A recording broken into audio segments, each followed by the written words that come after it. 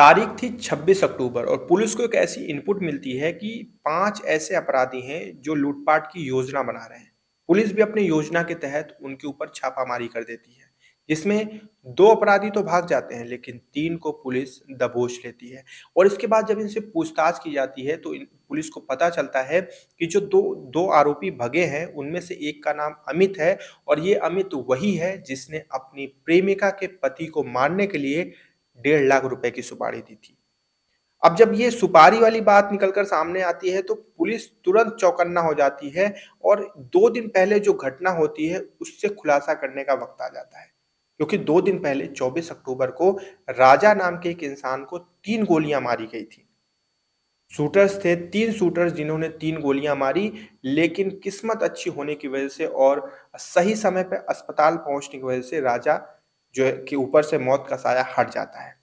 Police वाले जो hospital के डॉक्टर्स होते हैं वो अपनी मेहनत से राजा को खतरे से बाहर कर देते हैं। अभी भी राजा का इलाज चल रहा है, लेकिन अब वो खतरे से बाहर है।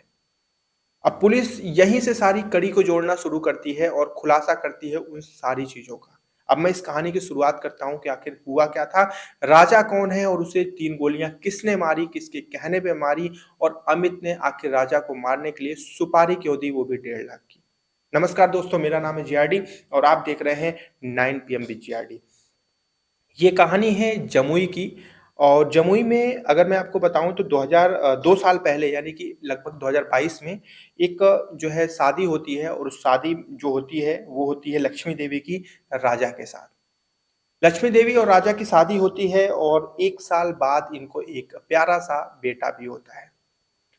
अब इनके वैवाहिक जीवन को अगर बाहरी दृश्य से देखा जाए तो समाज का कोई भी इंसान ये अंदाजा नहीं लगा सकता था कि राजा और लक्ष्मी देवी के बीच में कोई पारिवारिक मतभेद होगा। इनके आपसी रिश्तों में कोई मतभेद होगा क्योंकि इनका पारिवारिक जीवन सही चल रहा था। लेकिन ऐसा नहीं था। लक्ष्मी देवी के जीवन में एक शख्स और था जिसका नाम था अमित। अमित लक्ष्मी देवी का बॉयफ्रेंड था जो कि शादी से पहले का था। यानी कि लक्ष्मी और अमित के बीच में शादी से पहले का अफेयर था। लेकिन इसी दौरान लक्ष्मी देवी की जो है शादी तय हो जाती है। दोनों के बीच में अड़चनें आने लगती हैं कि शादी हो जाएगी तो बीच में एक इंसान आ जाएगा तो फिर हमारी मुलाकात, हमारा प्यार, हमारा सब कुछ कैसे हो पाएगा? लेकिन यहाँ पर लक्ष्मी देवी इस चीज़ को कहती है कि मजबूरी है शादी परिवार के लिए, समाज के लिए तो करना ही पड़ेगा, लेकिन आगे चलकर कुछ ऐसी योजना बनाएँगे कि साँप भी मर जाएगा और लाठी भी नहीं टूटेगी। शादी के 2 साल बीत जाते हैं। लक्ष्मी देवी राजा के साथ एक अच्छा वैवाहिक जीवन जी रही थी। लेकिन ये सिर्फ़ और सिर्फ़ एक ढोंग था, एक फ़रेब था। क्योंकि 2 साल बाद लक्ष्मी देवी और अमित दोनों मिलकर राजा को रास्ते से हटाने का प्लान बनाते हैं और इस दौरान ये 3 अलग-अलग लोगों से मिलते हैं। ये तीनों शूटर होते हैं और इनसे मिलने के बाद इनको डेढ़ लाख की जो है सुपारी दी जाती है राजा को मारने के लिए।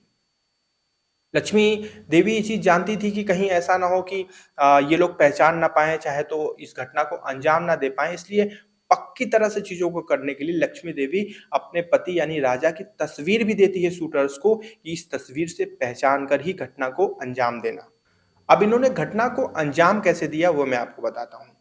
अब जो राजा है उसका खुद का ई-रिक्शा था, राजा ई-रिक्शा चलाता था। तो ये लोग क्या करते हैं कि 23 तारीख को राजा का ई-रिक्शा बुक कर लेते हैं कहीं जाने के लिए, लेकिन उस दिन नहीं जाते हैं।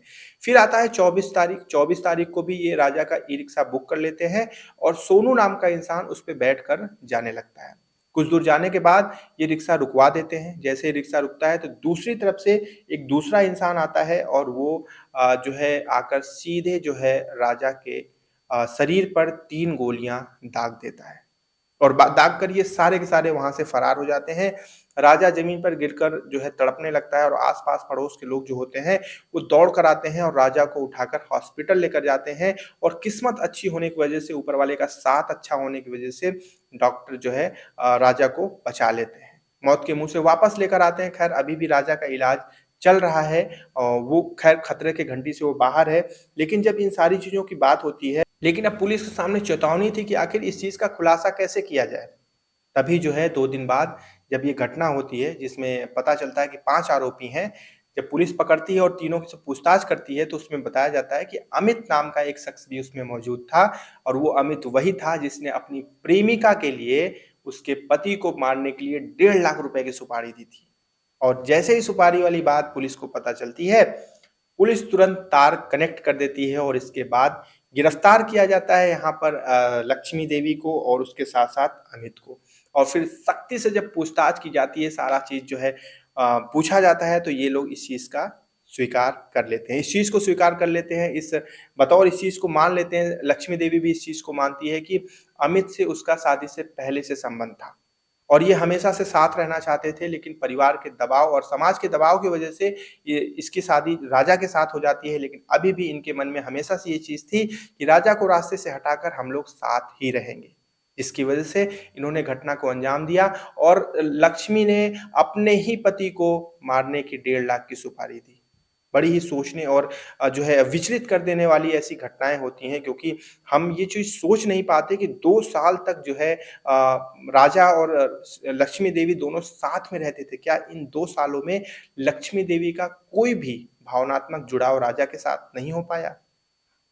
क्या अमित का नियंत्रण इतना ज़्यादा था लक्ष्मी के ऊपर कि वो कोई भी आकर्षण, कोई भी अट्रैक्शन राजा के साथ उसका नहीं हो पाया?